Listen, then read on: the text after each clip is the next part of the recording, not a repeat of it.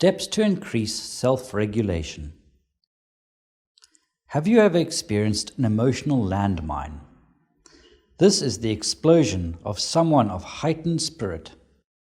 Driven by emotion without reason, they do and say things which have collateral damage to those around them.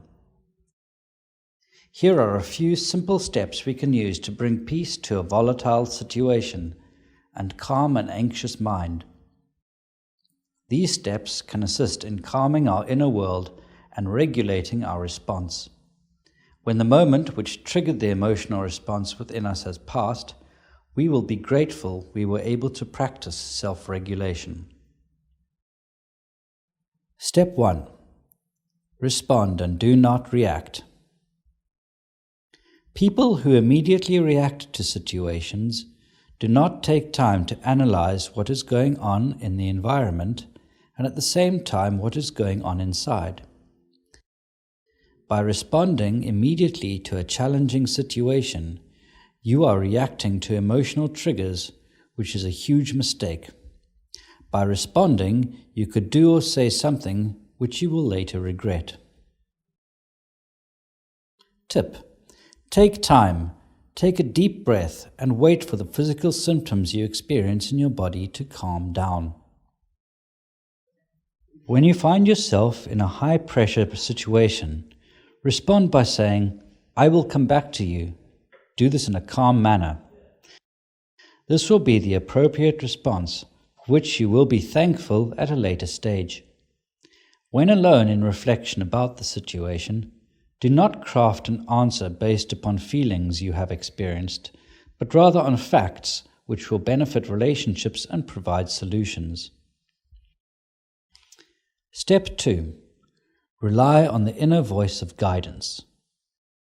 No matter what your convictions are regarding the divine, a higher force, or belonging to a specific faith, a healthy relationship with the divine or inner voice of the Creator can help you overcome many obstacles more easily. When you believe in the divine, you are also believing for guidance, direction, and divine intervention within life situations. This inner voice is to guide us in what we should say, do, or how to engage based on our moral convictions. This is referred to as spiritual intelligence, SI. Step 3. Get an accountability partner.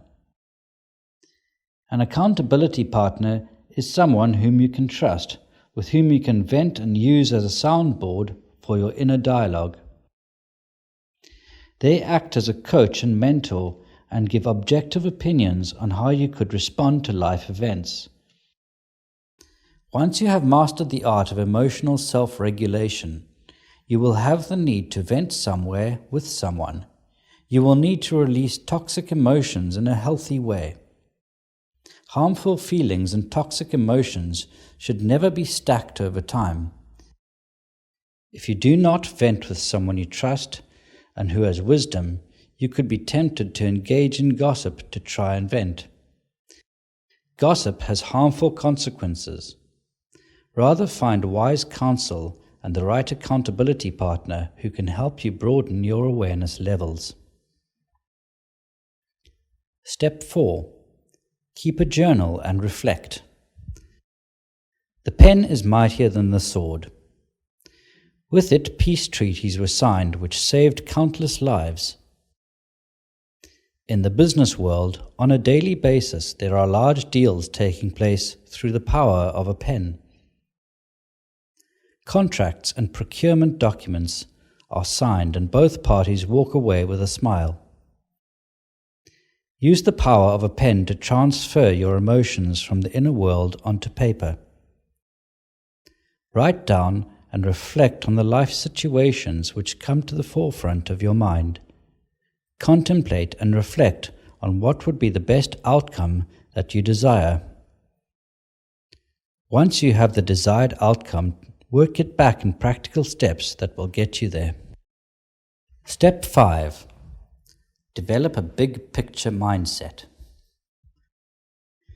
We should have a big picture paradigm, which means that all events which happen in our lives serve a bigger picture purpose.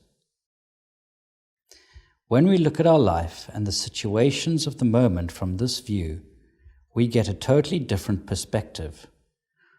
We have all had examples where later in life we understood that things worked out for the better, even when certain events seemed disturbing and overwhelming at the time. Later, when looking back, we realize it served us for a bigger purpose. Even if it is an upsetting emotional moment occurring, tell yourself to trust that this will all work out for your benefit. Tell yourself that you have a great future and the plans for your life are prosperous. Look from this big picture perspective and regulate your inner world. Step 6. Cast down a negative thought, emotion, or imagination. Negative thoughts, feelings, or imaginations engraves negative patterns in us which create repeated cycles of wrong behavior and harmful default habits. When you are confronted with wrong patterns, cycles, or habits, force it out of your mind by imagining it as a thief who comes with the intent to kill, steal, and destroy the house and the people therein. Imagine them dressed in black burglar gear and see yourself with authority and the ability to chase them out with force. Imagine as you just point a finger towards the door, him falling and flying backwards with the force out of the door as if he was being punched in the gut by Superman himself. It is important that you do not shout in this visualization, but display power and control over a life-robbing situation. Step 7. Become aware of your emotional triggers. Be mindful in the moment when another person or situation triggers bad emotional behavior within you. When you experience the emotional trigger, do the following. Immediately change your breathing pattern to a consciously relaxed mode. Focus on deep breathing to keep it calm and regulated. Do not react to the sudden wave of anger or the urge to respond in the moment.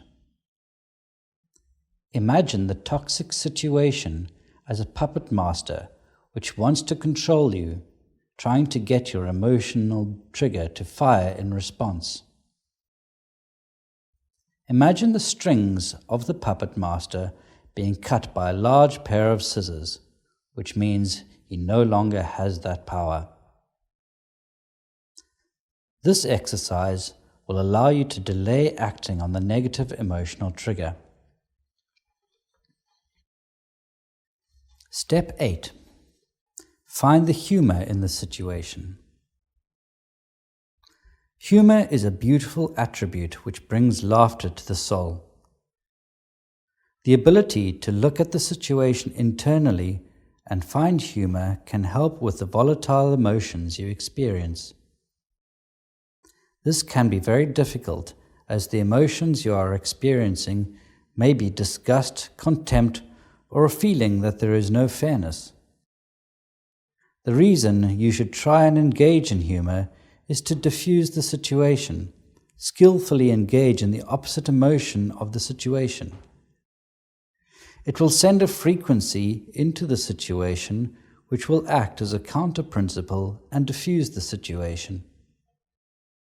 This is a skill which, when done wrong, can look like you are laughing at something which is serious. Practice to bring a smile onto your face. Look friendly and welcoming. This response can trigger other parties to lighten up, be reasonable, find a middle ground, and work out a solution.